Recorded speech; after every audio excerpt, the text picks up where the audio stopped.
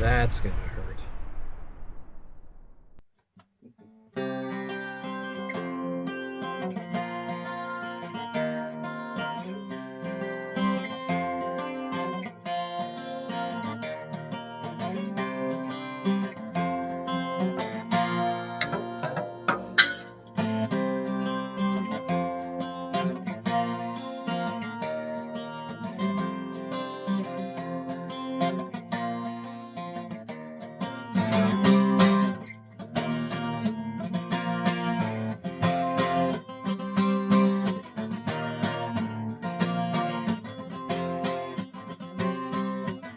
Hey everybody, welcome to the Music Snob, where I know music, unless it sucks. That's just my opinion. What do I know?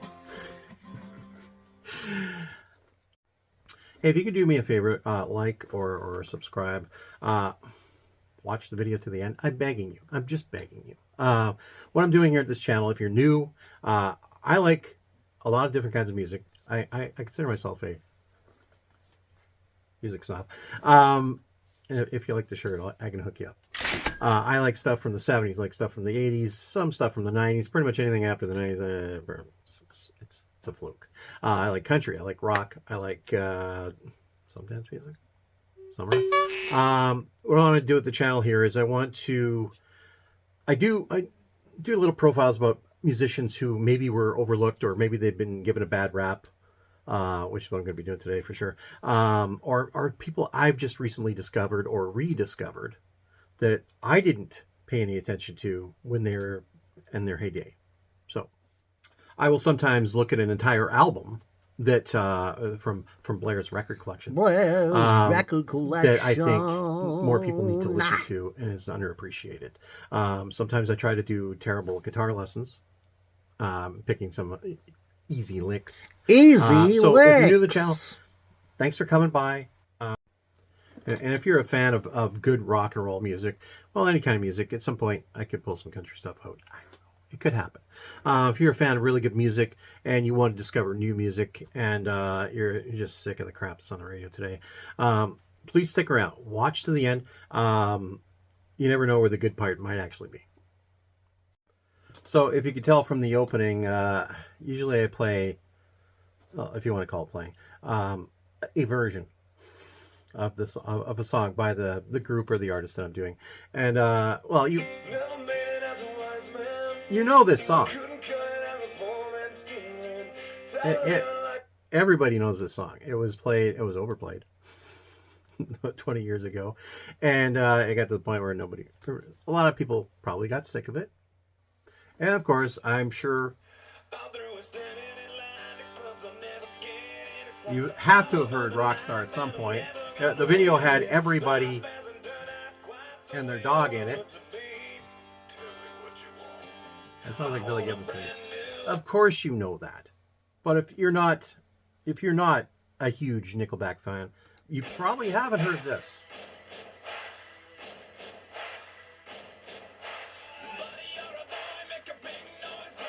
Did you know they covered this? Did you? And I always say I love a great cover that's different. And this is definitely different.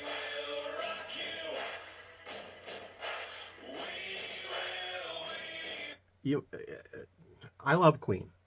And I was surprised that I'm liking this. But I tell you what, when I heard this,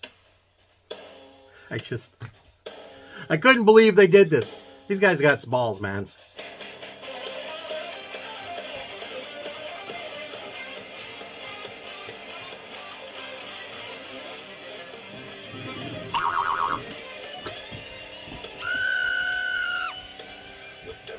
Oh yeah.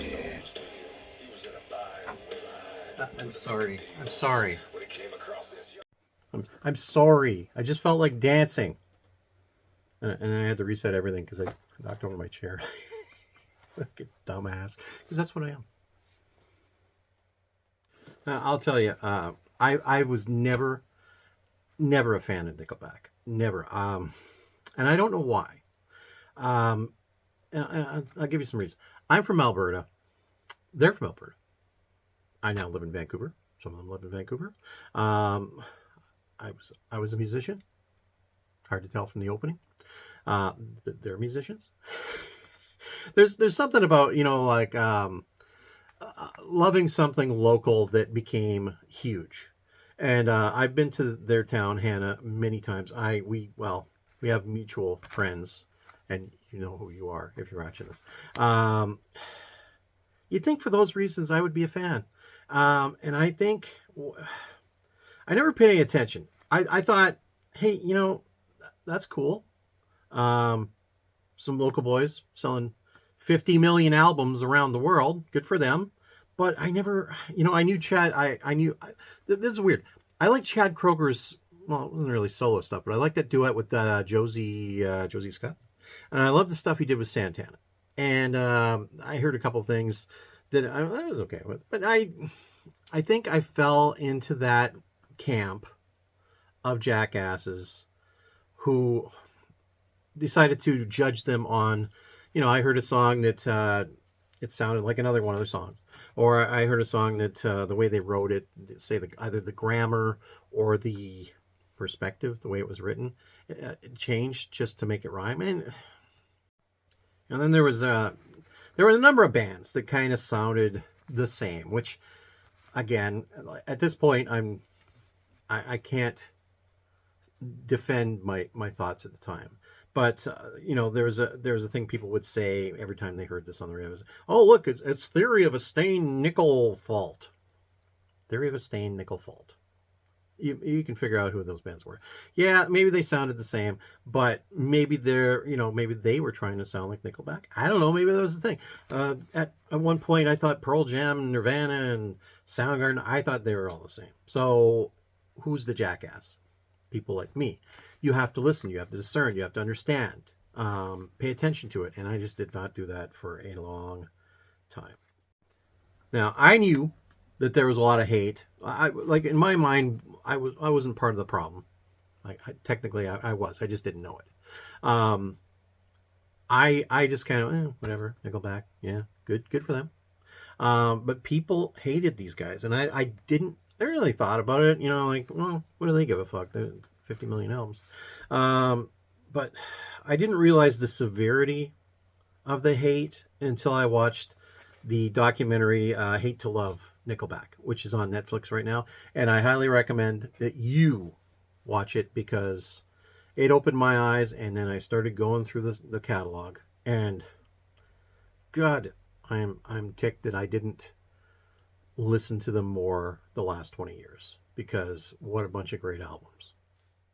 Now, even if you don't care what I have to say, listen to what this guy has to say when somebody says some crap about Nickelback. 50 million albums worldwide, 11th best-selling musical act of all time, Billboard's most successful rock group of the last decade, 6 Grammy nominations, 12 Juno Awards, those count, 6 Billboard Music Awards, 2 American Music Awards, 1 People's Choice Award, Canadian, and a partridge in a pear tree. So I would appreciate it if you're perhaps part of the hate side as opposed to the love side of Nickelback, and you could either just give it a shot, man. Watch the documentary. Come with me on my musical journey. Get your camel, get your elephant, get your old beat up pickup truck. I don't give a crap. Get your quad or the boat, whatever it is that you do, and come on a musical journey with me as we listen to some. I'm not going to play all their stuff. They have 10 humongous albums of great songs. I'm just going to try to pick like maybe one song, maybe 2 songs on each album and just play a little bit of it just so you get an idea of how actually awesome this band really truly is. So here we go. Nickelback. Originally formed in Hannah, Alberta. They were called Village Idiot. It's a great title. I love that title. Chad and Michael Kroger. Michael's his brother, obviously. Ryan Peake on guitar, and their cousin Brandon Kroger was playing drums at the time. They went across Canada, playing terrible clubs and whatnot. At some point, Mike was working at a Starbucks. I'm not sure if that was in Vancouver or if it was in Calgary, wherever the hell it was. And he kept having to say repeatedly Here's your Nickelback, and hence the name. I would have liked that it was Village Idiot. But Nickelback, pretty good name. It always asks a question. What the hell does Nickelback mean? Well, ask Mike. After, playing a bunch of crappy clubs, in 96, they got a loan from Chad's stepfather and recorded a 7-track EP called Hesher. Also, I'm not going to focus on Hesher because it was an EP and it was, they re-recorded some of the songs or remastered or just jiggered around some of them and put them on later albums. But with the help of Factor, which is it's a Canadian kind of a musical grant called Foundation to Assist Canadian Talent on Record. With the help of Factor, they did Curb also in 1996. It was distributed by Factor. It was later remastered and released with Roadrunner. I think EMI did as well. And there's 2 different covers. So I'll put one here, one here. 4 of the songs from Hesher were either remastered or re-recorded. So I'm going to play the opening song of the album. It's Little Friend, which it has a great feel to it. Does it say hello to my little friend? Because that would be, I guess, spot on. Too easy.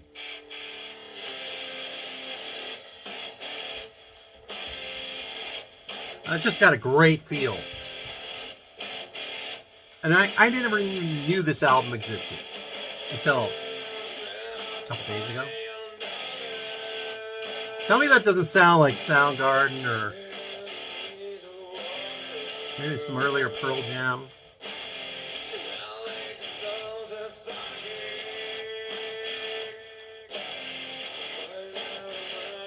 So, oh man, that's all you get. That's all you get. If that's not enough, you buy the album. Like, I'm lucky in this way. I'm a music snob. My girlfriend is, let's say, more open to different music. So she has like every freaking Nickelback album. So I was lucky enough to just go back and listen to them that way. But you go to the store, empty their Nickelback section, get it yourself, or go on Spotify, whatever the hell you have to do. They have a YouTube channel, which has all of the other great covers that they do. Anyways, love this song. This album, Curb, Brandon, the drummer, Brandon Kroger, left. A guy named Mitch Gwendon? I'm not sure.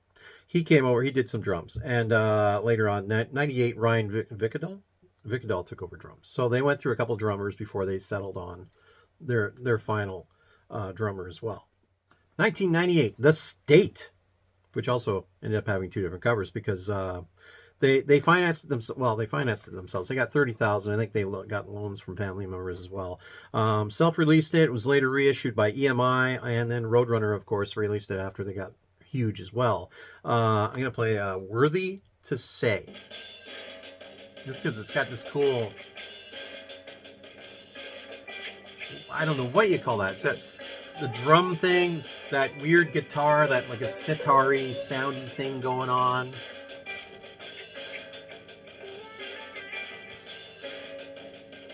Oh man, am I in the sky with Lucy and the Diamonds?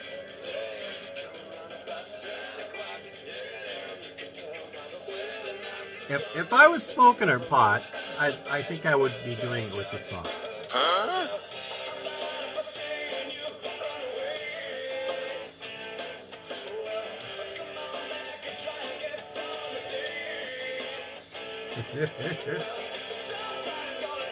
This guy, okay. I never gave this guy a chance. Well, I'm talking about Chet.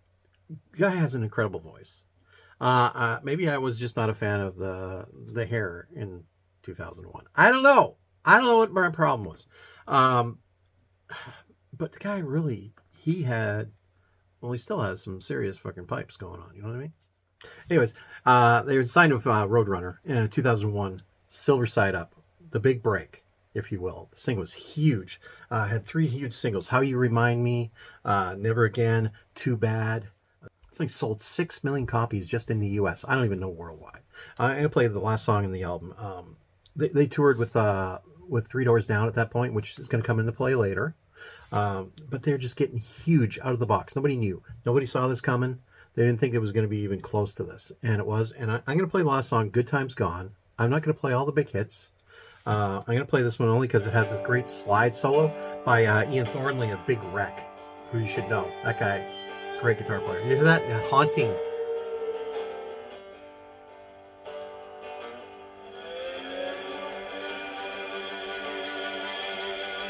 It does sound like Big Wreck to me. It does. It sounds pretty cool.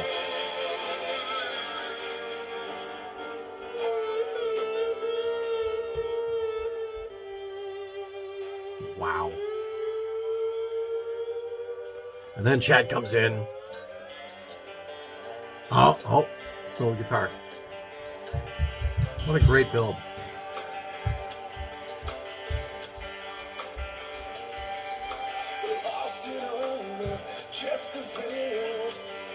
You know, that's all you need. I just the songs that I've played so far in this video, just the little pieces, make me want to buy everything up to that point at the very least. 2003, The Long Road. This was a heavier album. They started using baritone guitar.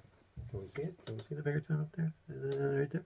There they started using B and C tuning on the baritone, which gives them that deeper guttural feeling to the songs. They used double kick drum on this one. Yeah, it sold 5 million, and it was the last one with Ryan Vickadell, and Daniel Adair of Three Doors Down came in after this and started playing drums for these guys. Their producer, Joey Moi, is that how you say it? Was an engineer on a previous album, and he started producing. And this guy, Joey Moi, he went on to move to Nashville and started doing a lot of country stuff. And I think it kind of influenced their sound later on. Like honestly, recently they were headlining at the Stampede, which, well, whatever, like rock acts. But they've also been headlining at country concerts, which seems odd to me, but there is a fine line between rock and country, and it's to me, it shouldn't be that easy to go back and forth if you know what you're doing, and if you're a good enough musician, which these guys blatantly are. I'm going to play Saturday Night's All Right for Fighting, which, like, they're getting so huge they have stuff on soundtracks, like Chad was doing stuff on other soundtracks, but this was on Charlie's Angels. I think the second one. It was a duet with Kid Rock, and Dimebag Darrell played on it. But on this one, it doesn't have either of them that I'm aware of. And it's a great cover. I'm not going to go dance. I'm not dancing. You're going to take a piano song and turn it into this. Like, come on.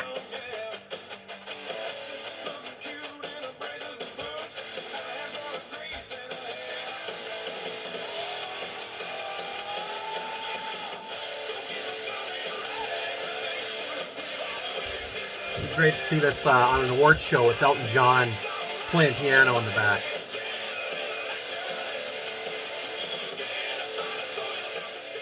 I like this because I had played The Devil Went Down to Georgia, and it was awesome, which I didn't expect. And you got to hear it and go on their YouTube, wherever it is, and just listen to the guitar playing on that. They've taken the fiddle part and turned it into a guitar solo, and it's freaking incredible.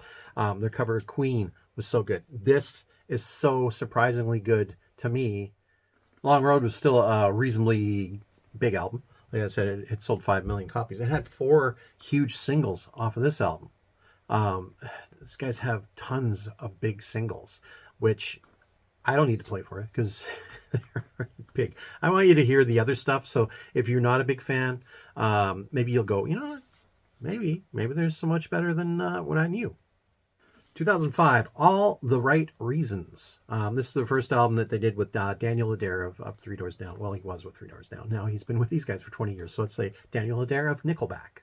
And still the other three guys. This is one of those bands that's been more or less solid, except, drummer, a couple different drummers, over the years. And anyways, what was I talking about? All the Right Reasons, 2005, first album with Daniel Adair. 11 million copies of this album alone, just in America. 7 singles. This thing had Billy Gibbons played and sang backup on some of the songs. There was a sample of a guitar solo that Dimebag Darrell did on one of the songs. Again, produced by that Joey Moi, or Moy. I'm not good Canadian boy. I'm going to play Follow You Home. And I'm going to play this song because this one is one of the ones Billy Gibbons plays on. And he sings.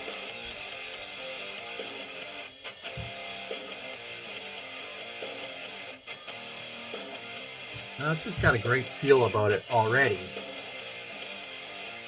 Just going to play a little bit. That just sounds... Is that Billy already? Let's skip ahead. Get to the part where Billy's in here. Right after this. Oh God, that's definitely Billy. Gotta love Billy Gibbons, man.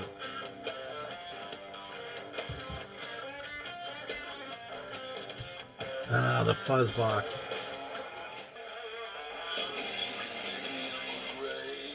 Oh God. What a I use the word pedigree when there's an album with great guests. Oh my God. A great song made better by the presence of guitar god Billy Gibbons. 2008, Dark Horse. This one I decided to go, let's say, a different direction. This one, of course, co-produced, let's say, by Mutt Lange, Robert John Mutt Lange, and Joey Moi.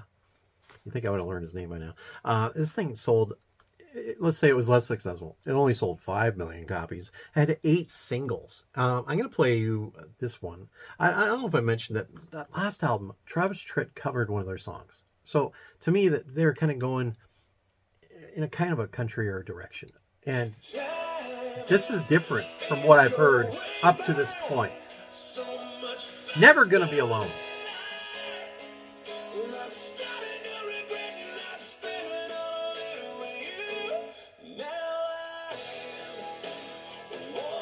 I would say that's a great power ballad.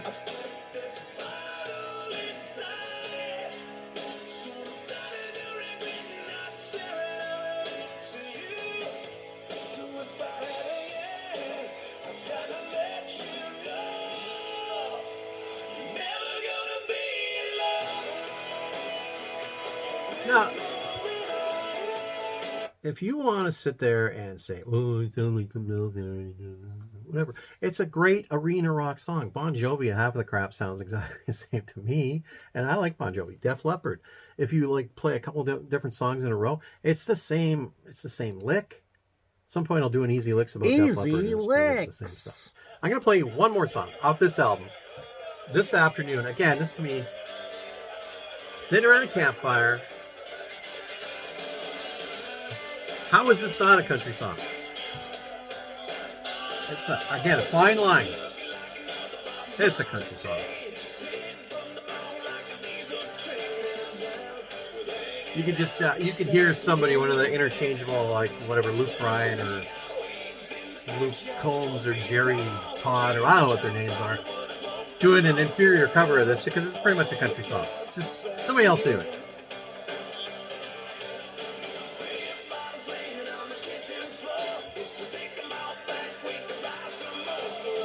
Only thing missing is the pickup truck and the girl sitting next to you in a 6-pack down by the river.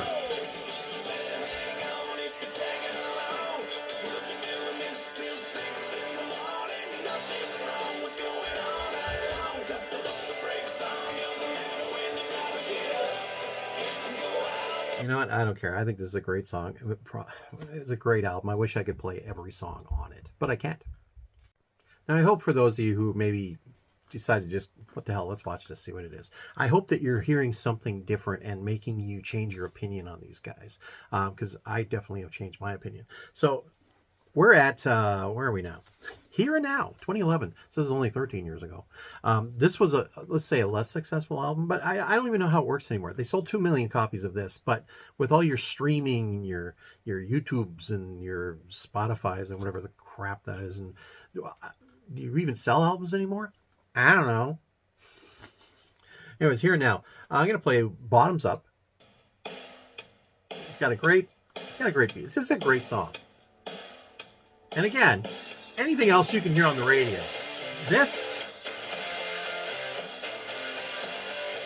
I don't know. Maybe it was a single. I don't know. It was a great tune.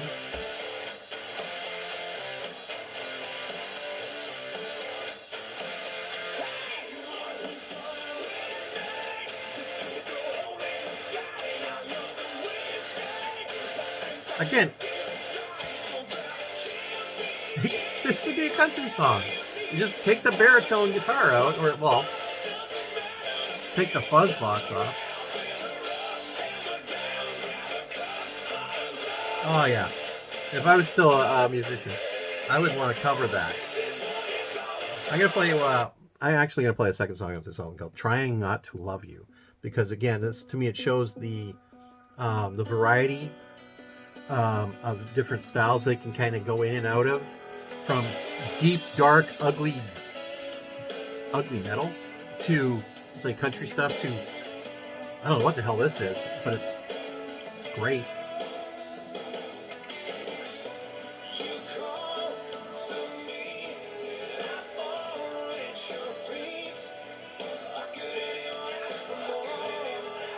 Oh my god, this sounds great.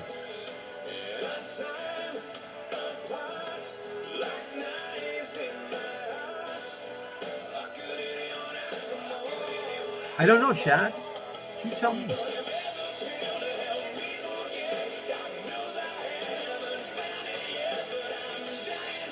Like they have really good verses, great builds and bridges, and then again, I think this could be a great country song.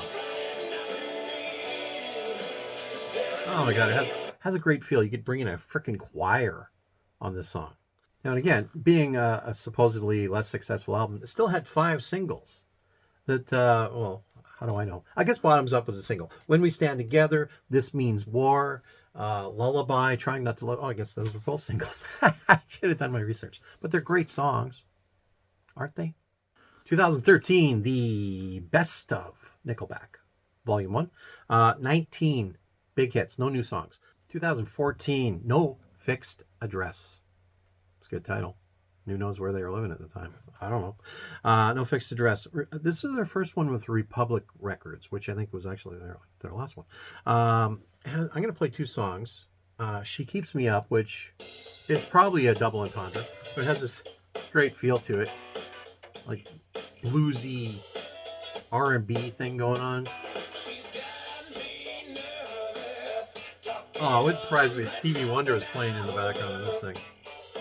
Where's Bootsy Collins? Why is he on this?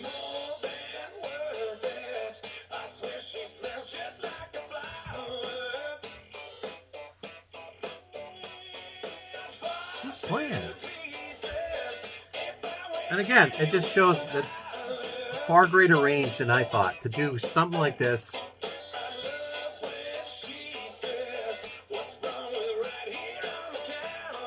Oh, I'm sure she did. Oh my god. The Twisted Sister?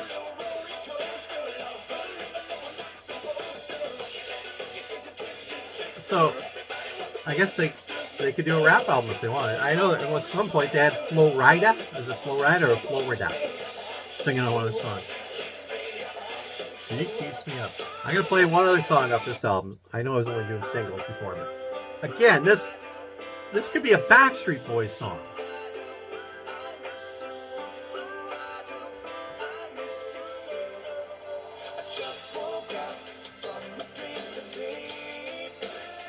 These guys. Listen, is it metal? I can't begrudge a band for trying something different. And this is kind of cool, I think.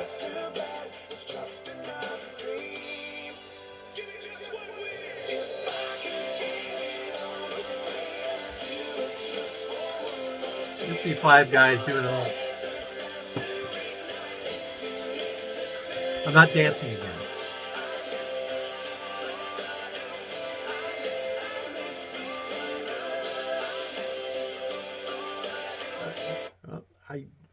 I still like it.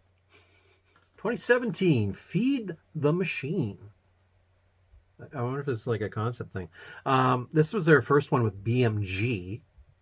I don't know how many more they've done. I'm going to play a song called For the River. And I'll tell you why. I'm going to play a little bit at first, and then I'll tell you why. Just catch the groove first.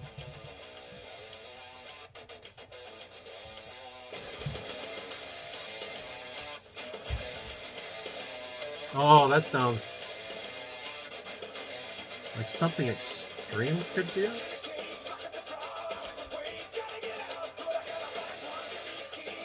Okay, well, I already gave it away. Nuno Betancourt plays a guitar solo on this song. I'm gonna speed it up here, and we'll hopefully get to that part. That's got to be Nuno, right? I don't know. I think it is.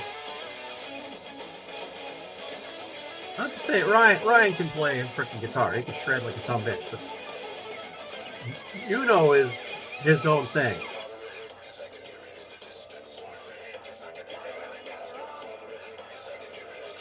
I don't care. This has got a great feel to it.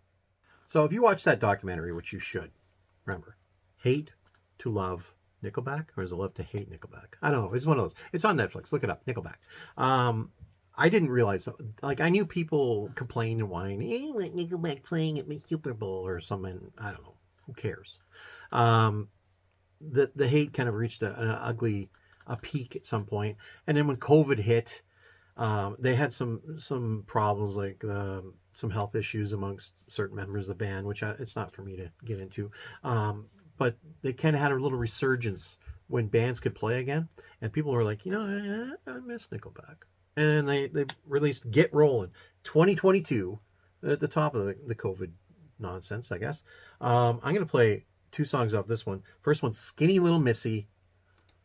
And the reason I'm playing this is because Ian Thornley from Big Wreck came back to play on this one again. This is an interesting album, I gotta say. I like the cover photo. We're Shaggy and what's the dog's name? Scooby-Doo.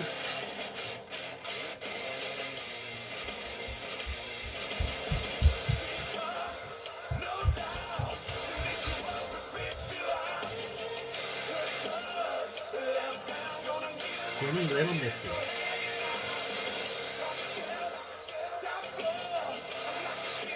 Have you got this album yet? Get it on your Spotify, whatever it is. I don't care.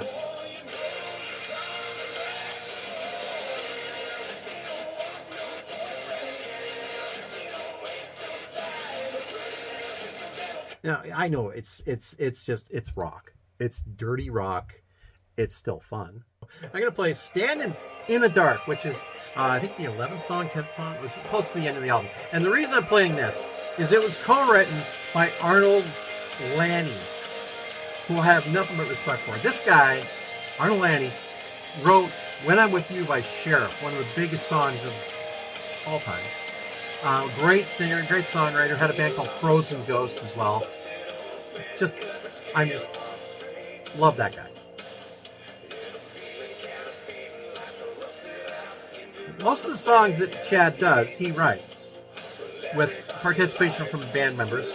But getting this guy to help him co-write this song just truly is another notch in the awesomeness meter.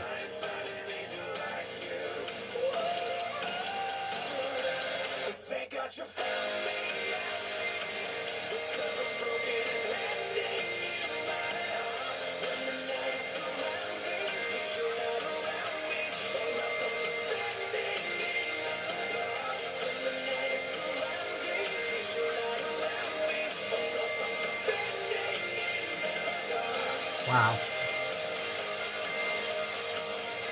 Ah, man. Arnold Lanni deserves a resurgence as well. So that brings me to the end here. Have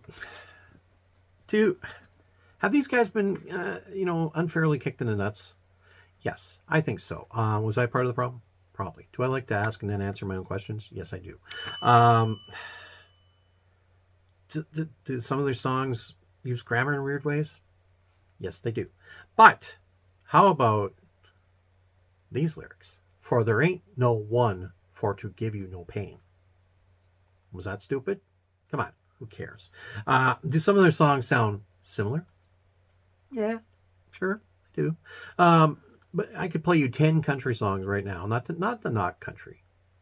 I could play you 10 country songs right now that have the same chord structure, the same beats per minute, and the actual same key. The only difference is the generic name of the singer and some of the lyrics. So can't talk about that. Can they sell albums? Yes, they can. 50 fucking million albums. Okay.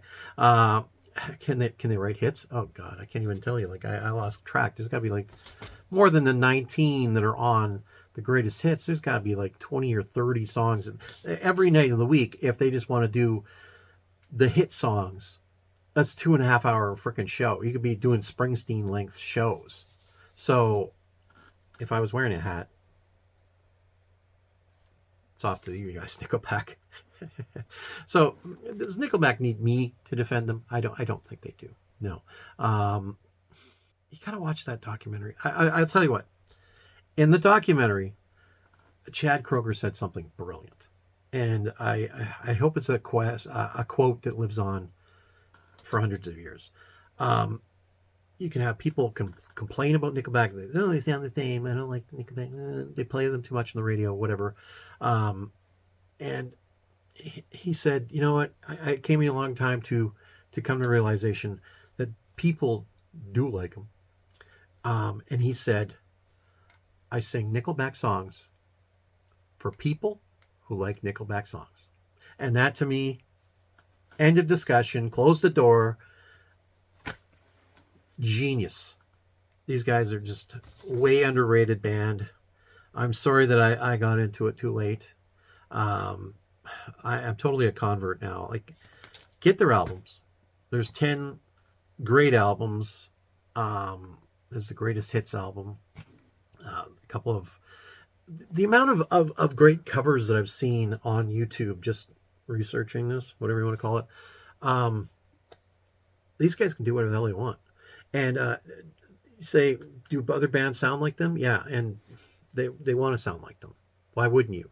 You find a formula, it works. The most 80 million or 50 million albums can't be wrong, you know. The guy's written for other people. He's produced other people. I'm talking about Chad. Just all great players. Not a lot of, you can't even say a lot of bands don't even play every instrument on their album. They have to bring in other people, and then they're doing tracks on stage. These guys are playing everything on their albums. Sometimes you have like a special guest star, Billy Gibbons, whatever, which to me is awesome. They're so well respected around the world by musicians, more so than just regular dumbasses like me, that Billy Gibbons, you know, I'll go and play a couple songs or whatever. The Rockstar video, there's so many people in that just, oh yeah, I'll be in the Nickelback thing. And the fact that Deadpool, another great Canadian boy. So Ryan Reynolds is Canadian. Deadpool to me, Canadian. So is Wolverine. So whatever. Defended him against, Fred Savage. How dare you? Anyways, if you made it this point, and I really appreciate you sticking around. And I'm sorry it took so long. But, thanks for watching. Don't forget to like. Somewhere up here. Don't forget to subscribe. I could use subscribers. I could use new friends.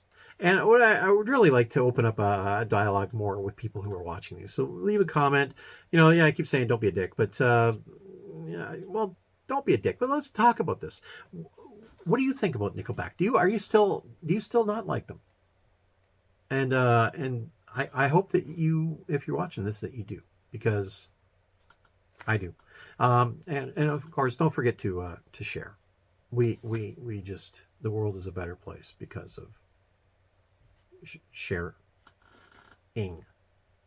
Stretch, I know. But thanks for watching The Music Snob. Bye. We'll see you next time.